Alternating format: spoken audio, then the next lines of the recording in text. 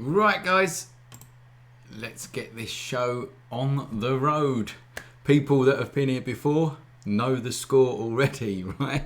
So you're in there and you're typing in your name, where you're from and what time it is. Okay, let's see who is in the house. All right, where you're from, what time is it there, and let's have a little introduction to ourselves. And while you're just typing in, I need to just shut this video down here like that, and then I'm ready to go. So right, here we go.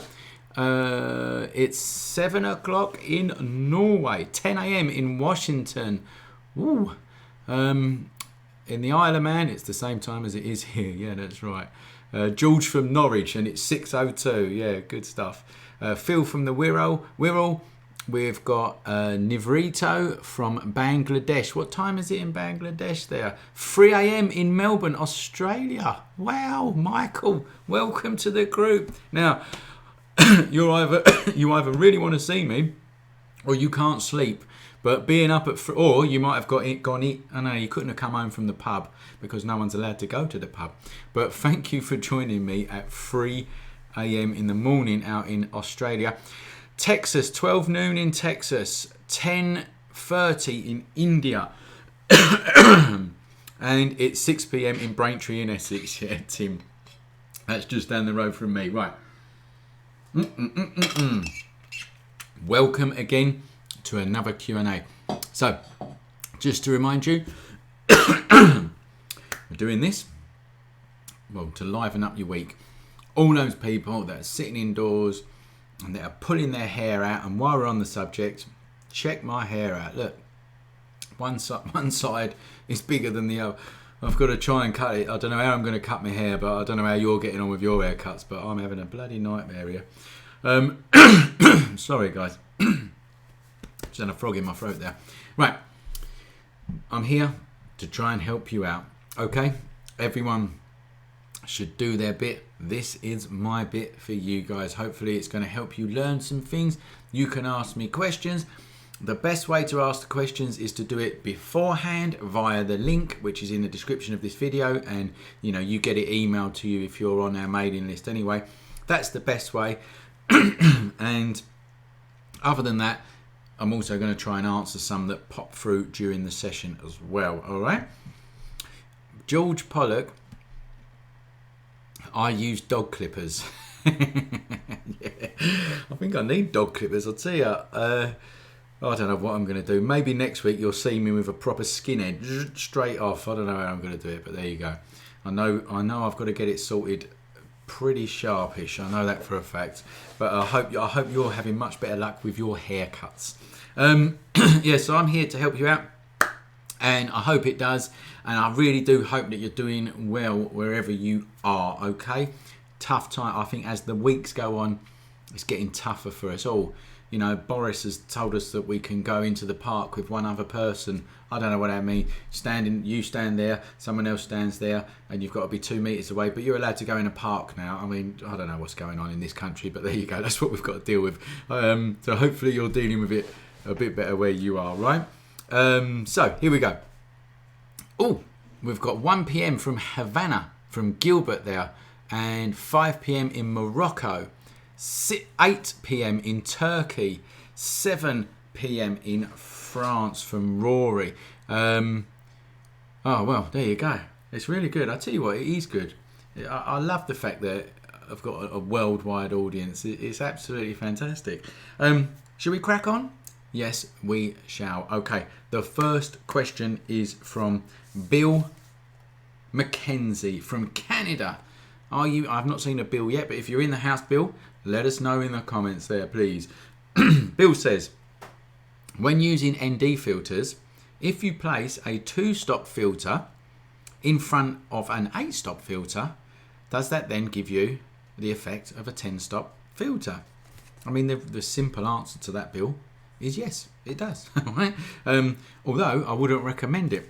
And I'll show you for why, right? So I'm assuming you're talking about the screw-on ones, because you don't get many slot-in 2-stop filters. So I'm assuming that you're talking about the screw-in ones, like these here. And there is 2 screw-in filters, and as you can see, let's hold them up to the white wall there. Tell you what, this ain't hard. This ain't easy. To do this. So as you can see, they're 2 different grades. One is a 3-stop, and one is a 2-stop. There. Now. So 3 and 2. So here we go. If I screw them together, effectively, I've now got a 5-stop filter. All right. Now, if I then screw that to the front of my lens, like that, effectively you've got a 5-stop filter on the front of your lens. And it would work, it would work. That's it. It would definitely work. However, at wider angles, you're likely to get vignetting on the edges. So that's why it's not really recommended. As you put, I'll show you. Let me show you there. Look. Right, if you look at the front of that lens, I've got a UV filter. Hang on, I told you this ain't easy. I've got a UV filter at the front, and then the 2 filters there that I've just shown you. So you've got 3 filters, and look, that's coming out. What's that? About 1 inch? That must be coming out about 1 inch. Yeah, 2 or 3 centimeters there. That is gonna cause a vignette on your pictures. Okay, so the simple answer to your question, Bill, is yeah, if you put a 2-stop on an 8-stop, it makes a 10-stop. Not recommended though, because you're probably going to get vignetting at wider angles. So it won't make too much of an effect if you're zooming in, but at wide angles it will have an effect. I'm just going to put these down. So hopefully that's answered your question, Bill. And diddly dee, we've got 12 p.m. from Alabama, 11 a.m. from Montana. And then we've got Nancy from North Carolina. A lot of Americans on here. Oh, Romu, I think that's Romu from Portugal. Welcome to the group. Les Campbell went out and played golf, because that's another thing that's happening in the UK, right? There's not much you can do, but these things are specific. You can play golf and you can go fishing. Yeah, that's what Boris has told us. I don't play golf and I don't go fishing, so that's me done. He never said you can go out and take photographs, which I think we should be able to, and I think that should be specifically in his speech. You can go out and take photos, all right? Tim at 10 a.m. from North Idaho. Well, welcome to the group, guys. And let's go move on to the next question, shall we? From Patricia Hopkins from Monmouth in the UK. Here we go. It said, I started Lightroom on a MacBook and stored all of my pictures on an external hard drive. It's quite common. Then I started using an iMac, a desktop one, and I have a whole other set of photos. See, I've heard this story so many times, and that's where the error started, right there. And I've put them on another external hard drive. You can tell what's coming, guys. So it says, I'm currently taking my Lightroom course. If you want to learn Lightroom, come over to the School of Photography, and obviously we teach you properly over there. And in brackets she says, I wish this would have happened first. I hear that so many times, you wouldn't believe, Patricia, the amount of people that take the Lightroom course and go, I wish I would have done this first. I wish I had £1, I'd be a millionaire. Here we go. Thanks for helping and cleaning up some of my mess. My question is, how can I combine the two somehow so that all of my pictures are in one place? So basically, half the pictures are on one laptop, the other half are on the desktop, and there you go. And she does say, I realise this might be too in-depth for tonight's Q&A. It's a little bit in-depth, but I do get this question asked quite a lot. There's a couple in here. Oh yeah, I'm not going to get through all these questions, so what I do is I try to sort of answer the same question that's going to answer a few people at once, all right? And this is one of them. Right, there's a few ways. You can merge catalogues in Lightroom, but it turns out it's just as hard as doing it the way I'm going to tell you now, right? So what the way I would do this, okay? Again, with Lightroom and Photoshop, there's 10 different ways to do one thing, but this is the way I would do it, okay? Firstly, figure out where your main computer is going to be, what the one that you're going to use most. I'm assuming it will be your iMac desktop. Figure out where you're going to store your photographs, whether that be on an external drive, on the internal drive, whatever, okay? Get that sorted. Once you've got that sorted, that's where all your pictures are going to go, okay? So I'm assuming that you've got a catalogue started already on the iMac, okay? So grab the pictures from wherever else they are, put them all onto the iMac, into the folder, and if you've done my course, you know what I mean when you're going to put them into my photography folder, okay? Whack them in there, and then you add them via import, all right? But you press the add button. You don't press the convert to DNG or copy or whatever. You add them, okay? And then they'll all be in one catalogue. Now that will only work if you've set your Lightroom up as I teach you in the course.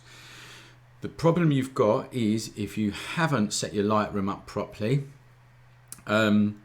you could be adding these photos without the Lightroom settings that you've already made, if that makes sense. So if you've not set Lightroom up properly, but Patricia, I know you would have done because I've taught you how to do it in that course, it should be easy for you. You just grab them, put them into the new PC, add them to that catalogue. Everything is hunky-dory, all right? That's the way I would do it, okay? So hopefully that's answered your question, Patricia. And you are right, it is quite in-depth for this Q&A, but I hope I've gone to some way to answering it. Let's see what else. Alan from Glasgow.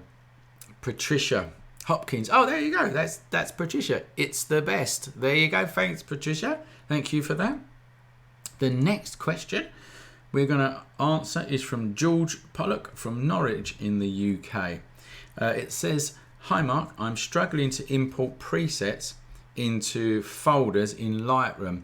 I've created a TSOP folder and I navigate to the downloads, unzip them." So basically on my website I give you free presets, and I think that's what he's talking. He's downloaded the free presets that I give out, he's unzipped them, which is what you need to do, and then he's imported them. And basically what he's saying is it goes into the user folder, not the one that I created. Please can you help? I think that this might be a Lightroom change, a Lightroom recent change, which I can imagine that they'll recently change back, because it don't bloody make sense. You should be able to import them and create the folder as you import, or they call it groups, you know, or create the group as you import them. But it doesn't matter. Look, if it goes into your user presets, then you can move them into a folder that you've created. All right, let's go into Lightroom and let's have a look at that. Okay, so I'm going to change to screen 2 here, so hopefully you can see that now. And we're going to need to go into the develop module here like that. All right, now here's the presets. Okay, and under user presets is obviously some user presets there, right? So let's just say that well firstly, I'll tell you what, firstly let's import one, shall we? I think I've got another question on here about importing, so I'm going to do two things at once. I'm going to delete, this is a preset that I made for an Olympus camera, because it's a nice general setting for my Olympus camera. I'm going to right click on that and I'm going to delete it. All right, so let's delete that. Now don't worry about it, I've exported it earlier on. So now what I can do is I can go add, like click the add button here, import presets, there it is there, select it, click import. Okay, it imports it just like George says back into your user presets. Okay, now what you can do is you can right click on it and you can go move, and it will say user presets. Now I've only, because this is not the main Lightroom that I use, this is the main one I use is the PC, and this is what I'm saying to you guys. There's no point importing into both, because you're going to be well, you're going to get yourself in trouble. These pictures that you see in here and the ones that I show you are basically duplicates of what I've got on my main PC. But anyway, you can create a new group here, so I'm going to call the new group test. I'm going to click create, click OK, and there it is there, and now I've just moved it into a new group. All right, so hopefully that's answered your question, and I've got to now go back into the history of this, because I want that back to there. We need to look at this picture in a minute. We're going to look at this in a minute. Yes, I've been doing some wildlife photography, and it's bloody hard, I can tell you that much. Yeah, so I've just gone back in the history there, and I'm going to right click on this. I'm going to go move again, and I'm going to move it back to user presets. I'm going to go OK like that, and that's the end of that. That's gone. So let's go back to camera.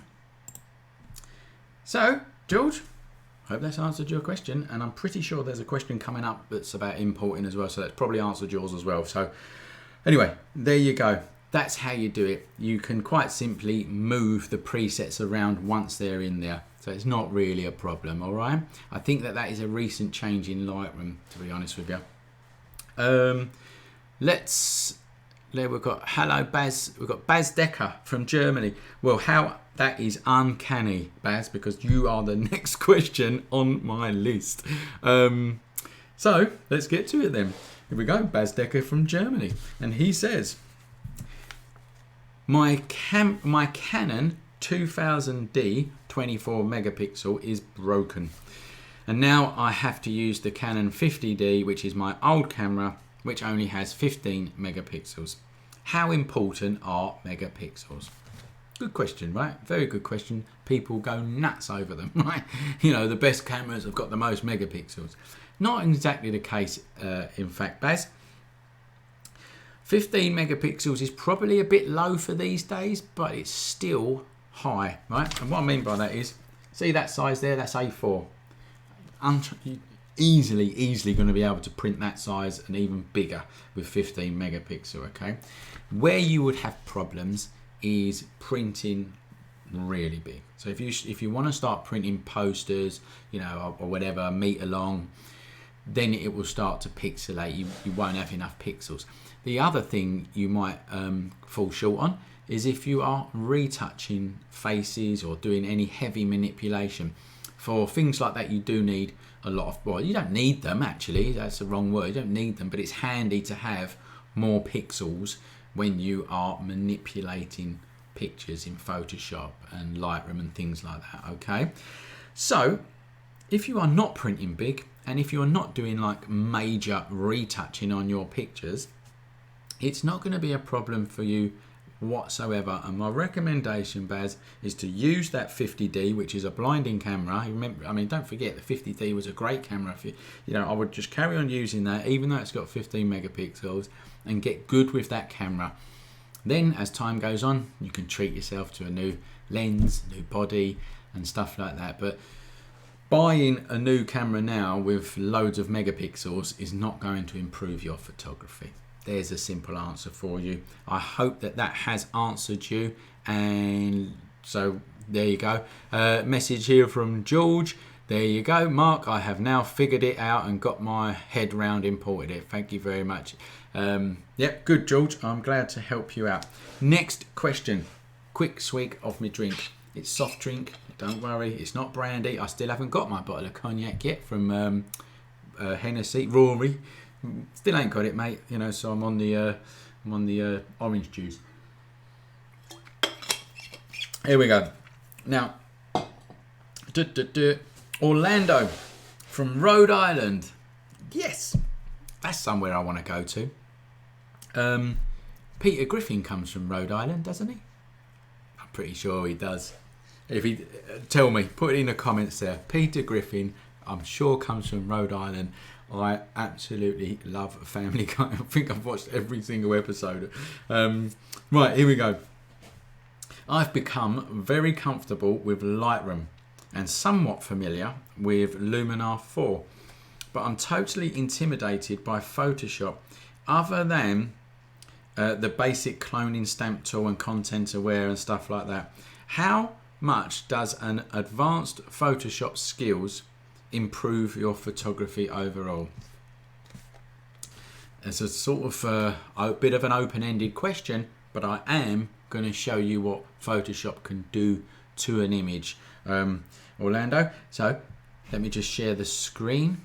Let me just share the screen here, and we're going to open up Photoshop like that. I'm going to press Control and 0 to full screen it. Okay.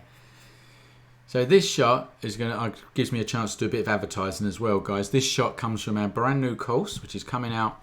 Our members have already got access to it. It's a portrait retouching course, professional portrait retouching course. In that course, we had some newborn retouching, as you can see. Members have got access to it already. We're going to launch it on Monday for everyone else. So keep your eyes tuned on your emails. All right. Now. This is obviously a newborn picture. Now, if you went to a photographer and they presented you with this picture, you'd probably be very happy with it, actually, wouldn't you? It's a lovely picture of a newborn child. Okay, let's show you the original picture. Okay, that's the original picture, and when I say the original, it's actually it's not the original. It's the Lightroom edit. So it's been edited in Lightroom and exported into Photoshop. Okay, so I'm just going to show you the before and after again.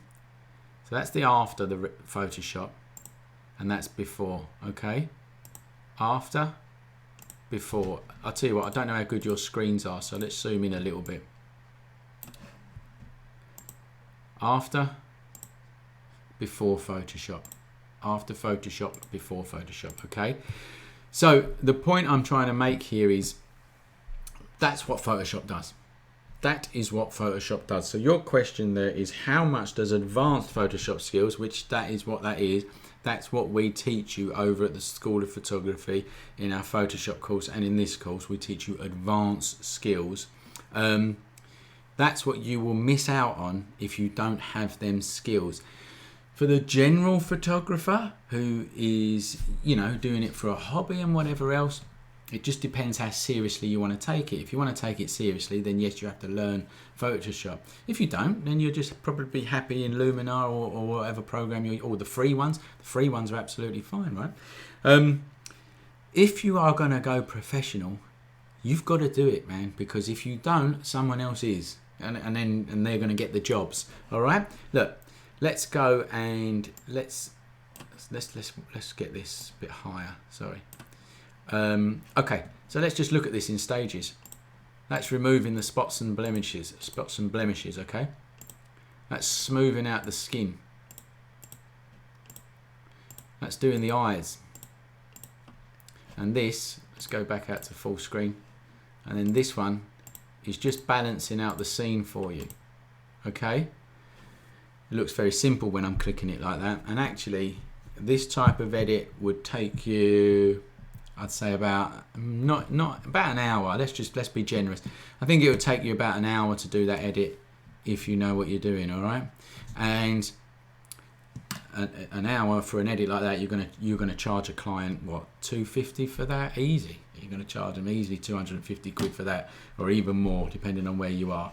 So let's go back to camera here, and I hope that that's answered your question, Orlando. Now, I just want to stress though, if you're not taking it to any serious kind of level, right? Because I've always said this. I think the best place to be in photography is that hobbyist. I mean, when it's your business, it's just really important, and you have to go. Oh, it just stresses you out. Whatever else, you know what it's like, right? If it's a hobby, you know how much fun. Honestly, I watch people. I watch my students, and they post on the Facebook group and this, that, and the other, and I just think, oh man, they're out there having so much fun, and I'm in the office like invoicing and you know, doing all that kind of boring businessy stuff, right?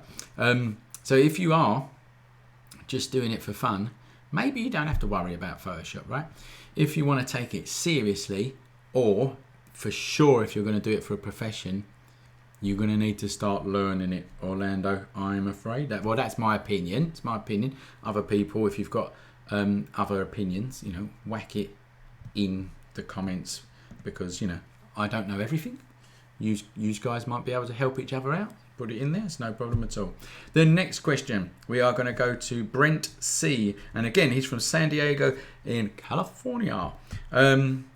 What's the best way to achieve sharp focus when shooting in the dark? I thought that was a good question. That's really quite specific, and it's a problem, isn't it?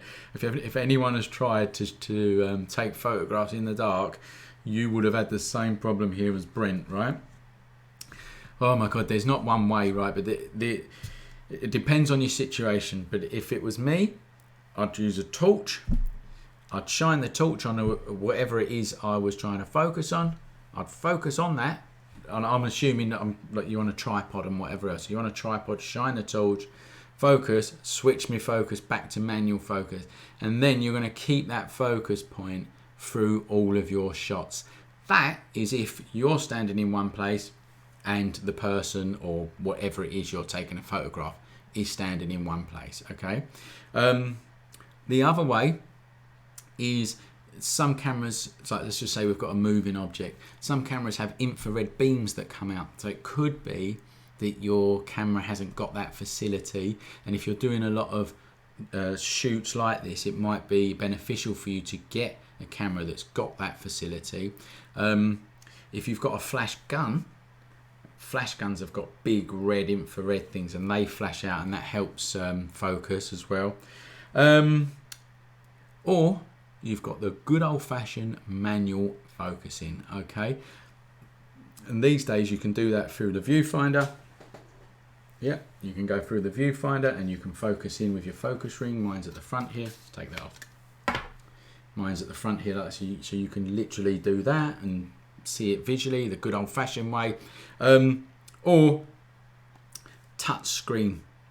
So a lot of cameras now have got touch screen, and the good thing is with a lot of the modern cameras is the screen brightens up the picture for you. Not the exposure, but it brightens up what you're seeing, so you can use touchscreen as well depending on your camera. All right, so there isn't one particular way. It depends on what you're shooting, but hopefully I've given you, a few different options there.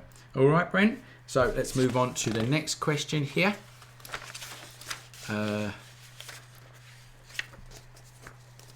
Rory says, Rory Hennessy, I've sent it to the School of Photography in London. Right, I know for a fact that you haven't, because our office ain't in London. And she's put, can't understand why it hasn't arrived. Yeah, I've heard it all before. Right, Tony Kennedy from London. Speaking of London, hi Mark, I have got Lightroom 6 on my laptop, which I've never used, and I was looking at your Lightroom course, which is based on Lightroom Classic. Yes, it is. Are there similarities between the two versions, or would I have to update to Lightroom Classic to do the course? Yeah, so I'm answering this question because it's not just a question about my course, actually. It's a question I get a lot, because you can buy Lightroom 6, can't you, as a standalone program still, and you just pay for it once, and it's sort of relatively low cost, and you don't have to pay that monthly subscription that you have to pay Adobe for. So it's fully understandable why people want to use Lightroom 6. Now Lightroom 6 is still good, it's still going to do most of the stuff, and our course would actually work with Lightroom 6. It is based on the very latest Lightroom, but most of the stuff is the same or similar, and then there are parts of it that are new or have moved around a bit and stuff like that. Now, so if you are doing our course, you can still use Lightroom 6, but you're going to miss out on a few things. You're going to learn most of it, but you will miss out on a few things which may frustrate you. So I'm just giving you the honest answer there. Maybe my suggestion is to maybe start off with Lightroom 6, see how you get on, and then maybe upgrade if you want to. I have actually got Adobe is giving 16% off their photography plan at the minute. Yeah, that's just come to me. So just wait a minute here. Wait a minute here. Share the screen. Right, here's the Lightroom page. Our Lightroom page, okay? Make a note of that URL there, please. It's schoolofphotography.com, courses, Lightroom course online, or just go onto our website and click on the Lightroom course. That's probably going to be easier, as a matter of fact. Scroll down, right? Scroll down till it says frequently asked questions, FAQs, right? Click on this link here. We've got affiliate links with Adobe, okay, and they've given the 16% off. It's only for a week or so, though. It's only for a week or so, and you can click on that link there. Click on that specific link, and it will take you to wherever you are, United States, United Kingdom, or France. I don't know where you are, whatever. And there you go. Look, you can currently get 16% off of the photography plan. This is the one I would suggest that you get. As a matter of fact, it's currently £8.32. £8.32. That's not bad, mate. Honestly, I know it sounds like a lot and a monthly cost. Someone worked that out over a year. It's not that much for what you get, because you get Lightroom and Photoshop for that. Yeah. Anyway, look, there's a little favour for you. Hopefully that helps you out. Go over to our website, click on that link, and and go for it. All right. That's sorry. I've actually tried to make you spend money there, haven't I? Well, only do that if you want to upgrade. They've currently got 16%. Sorry, don't spend money, because I've told you if you want to, it's there. All right, okay. I'm moving on now to Nigel Downs in Cheshire. All right. So it says, hi guys. When using the current version of Lightroom, a lot. Do you know what? I think it comes in waves. Last week there was a lot of questions on the art of photography, and this week's a load of questions on Lightroom. But anyway, it says, when using the current version of Lightroom Classic, I can see and use the workflow history list that's produced. However, when I edit it in Photoshop, so you can edit from Lightroom into Photoshop, and then you do your edits in Photoshop, you save it, and it goes back into Lightroom. Those people that, if you don't know what that means, I'll go and do my courses as another advert. The Lightroom history disappears. Why and how can you retrieve them, right? There's a few other things here, but let's just go for that one. So let's go back into Lightroom. Let's go back into Lightroom, and actually I want to go to, right, let's have a little bit of a tidy up here. I want to go into this one here. Right, let's look at this one, for example, okay? Here's the Lightroom edit. All right, here's the Lightroom edit. And if we go into history, oh, it's got a few bits of history there, okay? Don't forget, I've imported this from another computer, but for argument's sake, there is all of the history from this particular Lightroom picture, okay? Then I've exported it into Photoshop and saved it back into Lightroom, and here it is in Lightroom. And then when we go to history, there's no history. And this is what Nigel is saying, you know, why is the history from the Lightroom edits not in the Photoshop edit? And the answer to that is quite simple, actually. This is a separate file, which means it doesn't have any history yet. Do you understand what I'm trying to say? Like this one is your original Lightroom file, this one here, which has got history because you've done loads of things to it. Once you've saved a Photoshop version of it, you've created another separate file, and that separate file hasn't got the history, right? And it's just the way it is. You can't go back. That's just the way it is. If you did want to do some extra Lightroom edits over the top, then you quite simply do it directly on top of your Photoshop edit, all right? So the answer, so hopefully that's explained that part, why you don't get the history, because they're two separate files. And the other question is, how can you retrieve? You can't. Simple, you just can't. They're not there. Will it be combined in Lightroom and Photoshop list history? Well, it's just combined like that there. And is there a workaround? No, there isn't. Okay, you're working on a separate file, so you've got to think of it like that. It's literally a separate file that you've made once you've exported into Photoshop, done some work, saved it. It puts it back into Lightroom for you and as a separate file. Okay, and hopefully that's answered the question.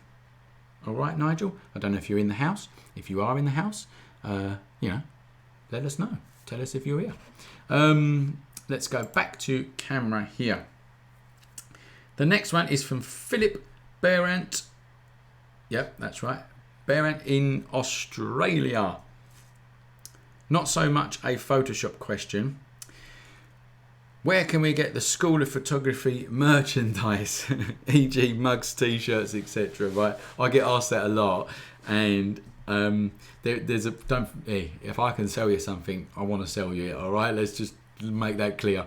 The problem is the companies that do it charge a fortune, and I don't think it's right to charge people that, because so there's companies out there that they do it all. You give them the design, you sell it through your website, they make it and send it out. All right, but I think it's about £20 minimum plus postage, and or even more than that, and that's just ridiculous for a little printed t-shirt. So my plan has always been to make them myself, you know, get them made myself, keep them in the studio or in a lockup, and then distribute them directly from the School of Photography. That way I can make it cheaper for you guys, and we earn more profit per t-shirt. Okay, the problem is we're always doing loads of courses and I've never got around to it, but one day it's coming. All right, we'll have it there one day. We do get asked a lot, and I'm pretty sure if I make them, we'll sell them. But I don't want to go to one of these third-party companies because I just think that they rip you off. Anyway, that's my opinion. And the other thing is as well, see, when you run a business, even though it's another company that's selling you that product, it's still representing us, right? So for me, every part of my company needs to be of high quality. because it sets an example for the rest of the company. You know where I get that from? Steve Jobs. You look up Steve Jobs. I'm not an Apple Mac person, but the guy, when it came to making products and business, was absolutely bang on. You focus on quality, the customers will come after that, and that's my theory. And so that's basically, Philip, I'm not selling you a cheap crap t-shirt. If I'm going to do it, it's going to be a good quality t-shirt, and that's the end of that. Okay, that's not a photography question, but I like answering different things every now and again. Right, who else is in the house? Mark B. Hi Mark, would you recommend? Right, I'll come back to that, Mark, at the end. Actually, I'll come back to that question at the end.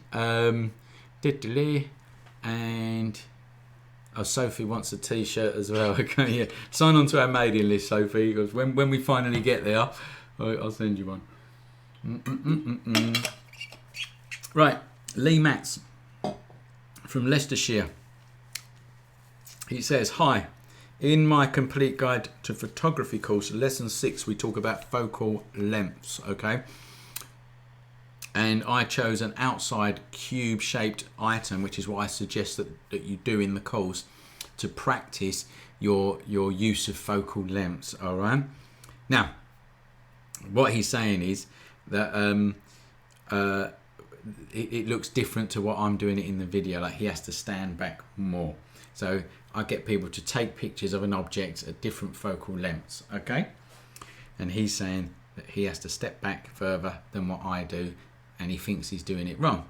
Well, Lee, are you in the house, Lee? If you are, tell us. Lee Matz from Leicestershire. No, you're not doing it wrong. It's just the way it's filmed, okay? Obviously, I'm filmed from behind, so it looks like I'm only taking 1 or 2 steps or whatever. I'm actually moving quite far, as a matter of fact. You'll be surprised with focal lengths how much you have to move forwards and backwards when you zoom in and you zoom out. All right, so Lee, you're not doing anything wrong. You're doing everything absolutely correct. It's just the way that we've filmed it. Okay. The next one is from Lenny Allen here, again from the UK. At what point of my learning journey should I purchase editing software? I told you this was all about editing software in Lightroom. I have recently completed my complete guide to photography course, but have not considered post-processing. Please advise, and thanks for all the learning. Well, thanks, Lenny. I think I might start repeating myself a little bit here, but I'll try and be quick. So again, it's to do with how seriously you want to take photography, because there's loads of free programs out there. And like I say in the course, you know, you don't need Lightroom and Photoshop. You've got photo editing software on your mobile phone. You've got photo editing software on Windows, on an Apple Mac. It comes free. So if it's just, I do believe that you need to edit every shot. There's no way you can just, if you want to make it look good. But that doesn't mean what I've shown you earlier on, like all this high-end stuff. It could be a crop. It could be putting some contrast in the shot. It could be bringing out the blues in the sky of a landscape. You know, all of them things you can actually do in cheap programs. And if that's all you need, then go for it. You know, just use that. But if you want to take your photography seriously, right, I can tell you now, and I'm hoping that other people can back me up here, right? So if you can back me up, write it in the comments.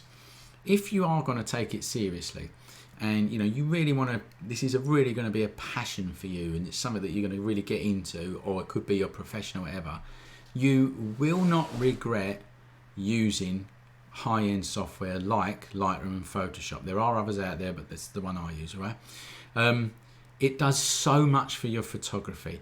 It's not cheating. People say it's cheating until they start to use it, and you'll find that Lightroom is not cheating. I don't think Lightroom. Photoshop, all right, yeah, but it is cheating a bit. But the point I'm trying to make is, if you did make that leap, you won't regret it. All right, that. Because I know, because I teach loads of people, and I've not heard anyone go, do do you know what? I learnt Lightroom and I regret it. It was the worst thing that I ever did in photography, right? No one ever says that, okay? So I don't know if anyone can back me up there or give any more thoughts here to Lenny. Sorry, I was trying to. Sorry, Lenny. If you could tell him what you think, because you know, otherwise it's just coming from me. And actually, who knows? That's just my opinion. I might be right and I might be wrong. So, but if you do agree, whack it in there. Help Lenny out, and let's move on to the next question. All right. Robert Bayliss from Birmingham. I'm currently doing your course on Photoshop, and now have been doing the Photoshop course. I think you've got that wrong. I think you probably mean you've done the photography course and now you're doing the Photoshop course. As I dislike you looking at YouTube videos, except for mine, of course, yeah, on how to apply different effects in Photoshop. So the big question is, what date is your new tutorial on portrait editing dropping? That's what the kids say. What day is it dropping, right? I've said that earlier on in this video. Current members have got access to it right now. Today we launched it to them.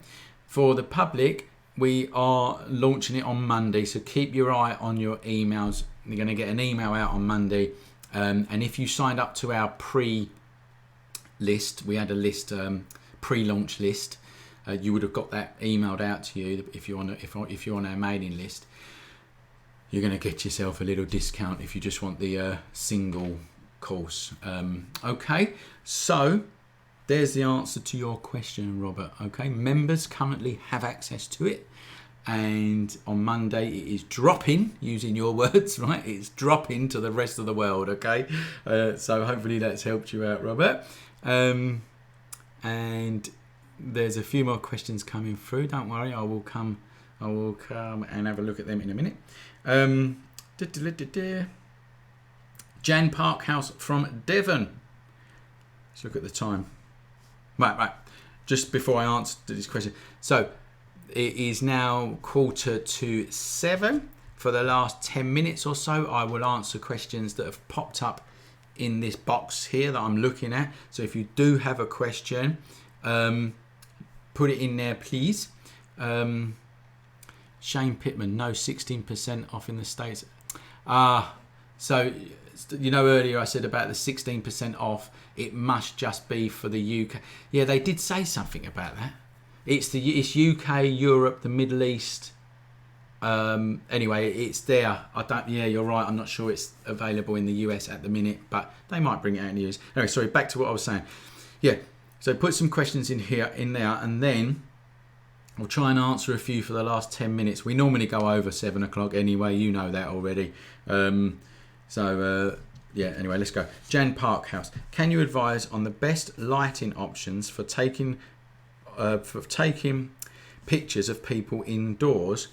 Mine always come out with a yellow tinge. Now, Jan, I think that's to do with your white balance, why it's coming out of a yellow tinge. You've got to think about the light that you are using. So for instance, you're watching me now and I've got the lights that I'm filming on. There's a light there, there's an LED light, but I can balance it to a certain temperature. So it's not a daylight, it's a little bit warmer than daylight, because that matches the other light that I've got over there, and then there's a window over there which is letting in daylight. So you have to kind of balance it out. So the point I'm making is lights have different color temperatures, and it's important to learn about light. Right? This is it. This is the thing, Jan. You've got to learn about light and then learn about white balance, right? You know, don't just watch a YouTube video or listen to your mate. Okay, learn it. I'm going to show you what I mean over in Lightroom. Here we go. Go back to here. There's some pictures I've saved in here for you. This is the one I want to show you on. Okay, so this shot here, I'm going to go to as shot. Right, I had the white balance set wrong when I was taking this shot. It was set to daylight balance, I think, and it was at twilight. It was a very blue light, and as you can see, because it was set to daylight balance, it's really picked up this blue light and it looks too cold. Now, it's not a problem because in Lightroom you can change, or in any software you can change the white balance. So all I do is I can click on this white balance drop down, I can tick auto, and Lightroom will automatically try and find what's called the white balance, okay? So it balances it to white. Or if I want to get really funky, I can change it to tungsten balance, or I can go to flash. Or what I do for this particular shot is I choose the eye picker here and I click on a white piece of the image. It will only work if you've got white in the image, and it balances it perfectly to white. All right, now I'm going to show you that again. Watch the top. So the top there is now white. It's white in color, pure white. If I go to as shot, it's blue. Okay, that's white balance, and I think that you've got your camera probably set wrong, or the auto white balance is not working as well in the lighting situation that you are in. All right, so my advice is, I'm going to go back to camera. My advice is to check your white balance settings. Put it onto auto white balance if you want an easy life, but that only works if you've got very similar light sources. If you've got a window open and a tungsten light, a light bulb, you know, over in one corner, a window over in the other corner, you're going to have problems with auto white balance. So in that case, it's a matter of going into Lightroom or any post-processing program and balancing it back manually yourself. That's what I do, and that's what I advise to do as well. All right, okay. So hopefully, Jan, that has answered your question. I've got loads here. There's so many questions here, good ones as well. I'm gonna, do you know what? Sod it. We'll go a little bit over, guys. All right. Nigel Alexander from East Yorkshire. Do you need a lens with an f2.8 in order to achieve greater, shallower depth of field shots? Easy answer to that, yes. Now, creating shallow depth of field is not solely to do with the aperture, but it does help, and f2.8 is definitely an aperture setting that you need to create a shallow depth of field. But just knowing about apertures is not enough, okay? There's other elements of photography that you've got to learn to get, well, to get this look. I mean, look at this there. To get this look here. All right, let's balance it back to properly. Okay, that has got a shallow depth of field. That was taken at an aperture of f1.8, okay? But that's not the only thing that's causing this really shallow depth of field. But it does help, and the simple answer to your question is yes. Sophie. I am going to answer this question because it's something that I get asked a lot. This is Sophie from Barton. Sophie Loughton from Barton upon Humber. Is that up north? I think it might be up north. Let me know if it is. The north of England, I mean. I am wanting to make a career out of photography. I am a nurse. Well done for being a nurse in this current time. And she wants a career change. Do you have any tips on succeeding in this area? Do I need a degree? Right? Next to Humber Bridge. It's next to the Humber Bridge. Have I got it wrong? Oh, it's in Lincolnshire. Okay, sorry. I seem to know places more around the world than I do in my own country. Right, anyway, Sophie, glad you're on board. I'm going to answer your question. Do I need a degree? Let's go for that one first. I've got a degree.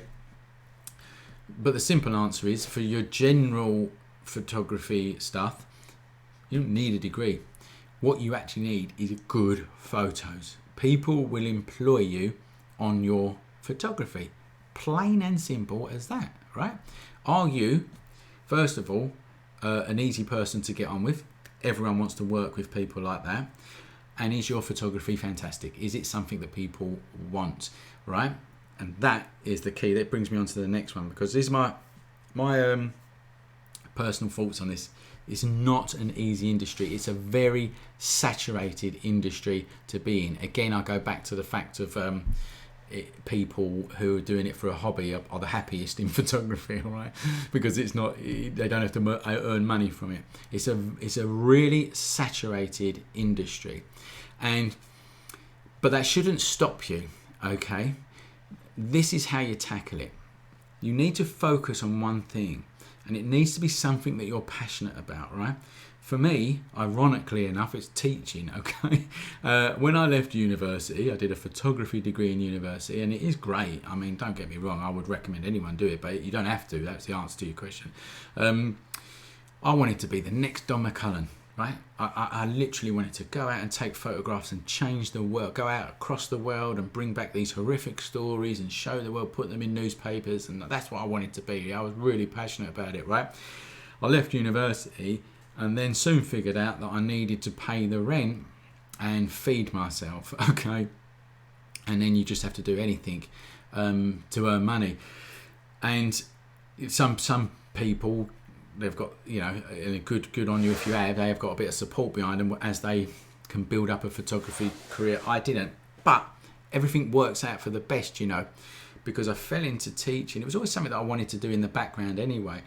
Fell into it, became very good at it very quickly. I don't want to blow my own trumpet, right? But I got promoted very quickly. I was then teaching teachers how to teach, and I still do that now. I run teacher training days and things like that, okay? So, and it became something that I was really passionate about, and that's what I focused on for the last God knows how many years, and this is how you get successful at it, right? Because it's one thing. You focus on one thing.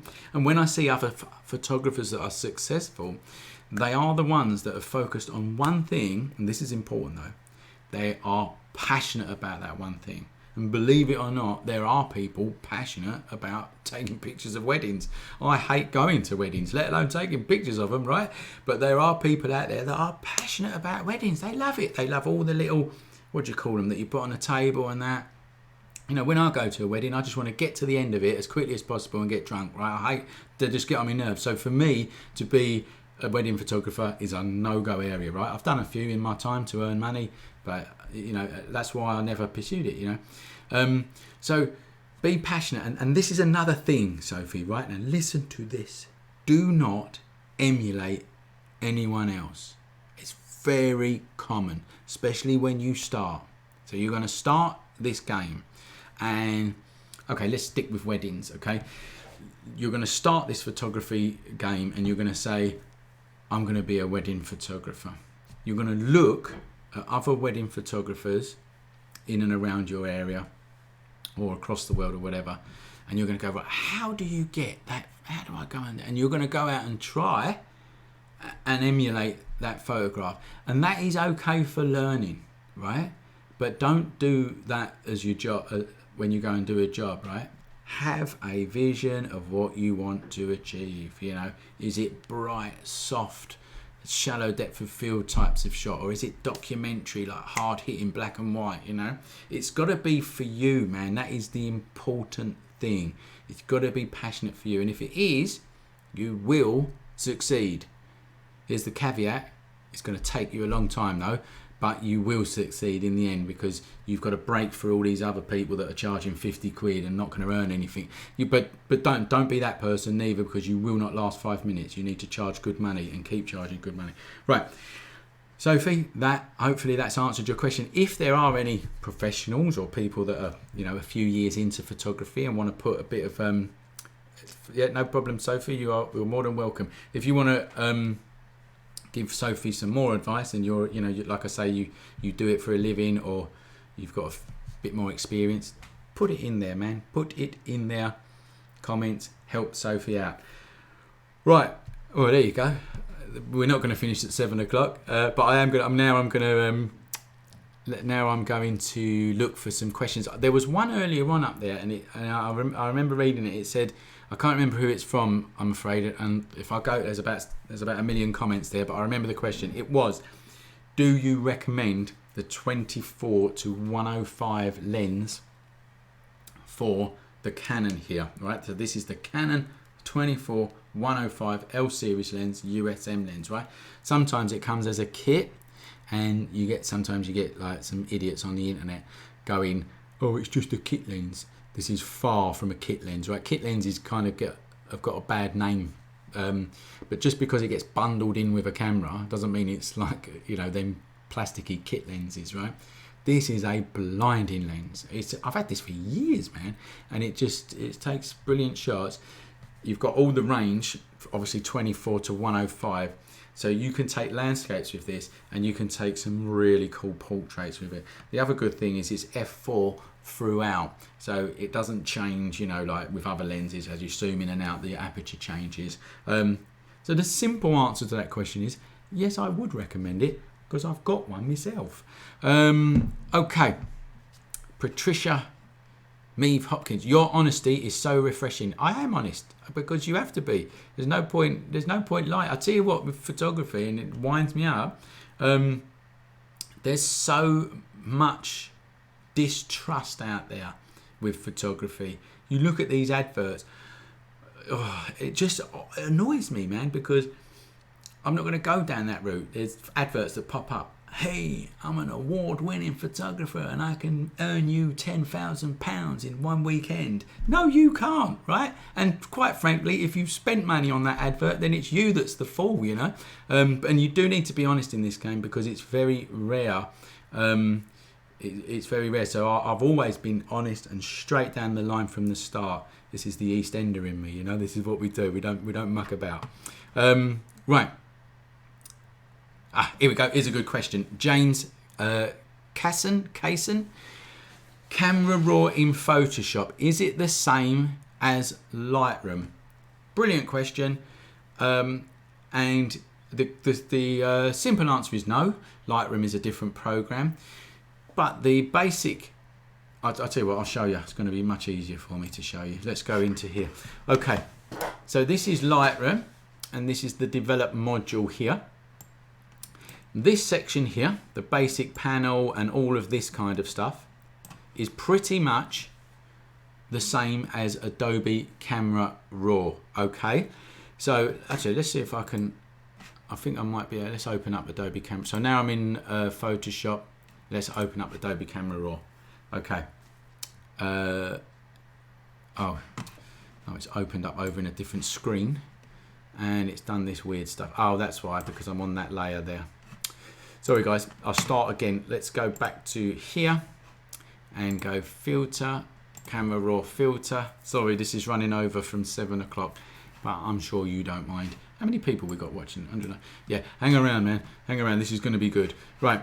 So here's Adobe Camera Raw, and as you can see, let's look, exposure, contrast, highlights, shadows, whites, blacks. Let's go back into Lightroom. Exposure, contrast, highlights, shadows, whites, blacks. All right, you get the point that I make. Okay, so for processing a raw file, the develop module here, and Adobe Camera Raw, for argument's sake, are the same. Okay, and you can do the same thing in both programs. What you miss out on is basically this library stuff, making collections, adding presets, flagging up pictures if you want to flag them, exporting them in different resolutions, exporting them with signatures on, exporting batches of pictures. You imagine if you're working for a client and you've got to export 100 pictures for them. Christ almighty, if you did that in Photoshop, it would take you forever. Whereas in Lightroom, you select them 100 pictures, right click, export, done. Okay, so I hope that's answered your question. I've even forgot who asked it. James, I hope that's answered your question. Right, it's just gone 7 o'clock. So how many people have we had watching? Well, we've had a lot watching. I'll have a look at that in a minute. We want to keep doing these. It takes a long time to do these, you know. I mean, I prepare all of these. Sorry if I didn't get around to your question, by the way. And obviously need some feedback from you guys as to whether to do these, to keep doing them. So you need to start putting some comments in. You need to start hitting that like button and things like that as well, because that's how we know. Obviously, we go on the analytics of this video, and if it's got loads of likes, loads of comments, we think, we'll do it again. Next week we won't be hosting one because we're launching the new course, like I've told you. So we're going to be really busy sorting that out, dealing with customers. We normally get an influx of new customers when we launch a new course, so we'll be busy doing that, but we will be back the week after. You need to sign up to our mailing list, and we email out when the next one's going to be and all of that kind of stuff. Okay, it's been an absolute pleasure. Now, this is what I hope it's cheered you up, and I don't know, brought some joy into your day, all right, or into your week, because Christ knows this is like bang your head up against the wall kind of stuff sometimes, isn't it? You know, there's only so much you can watch on the telly, and while we're on it, if you ain't watched it yet, Gangs of London, my God, don't watch it. If you don't like blood and guts and violence, don't watch Gangs of London. But it makes Game of Thrones look like Mickey Mouse, I'm telling you. Anyway, I'm saying that because I'm going to go and watch another episode in a minute, all right? Anyway, look, guys, I'm waffling on. It's been fantastic to do this again. I do hope to see you soon. Next week, like I say, we won't be here next week, but the week after, probably Wednesday again. Sign up to the mailing list and you'll get notified. All right, guys? It's been absolutely fantastic. Just reading a few more comments. Love. So Sophie saying watch Ozark. I have. That's good as well. Love Game of Thrones.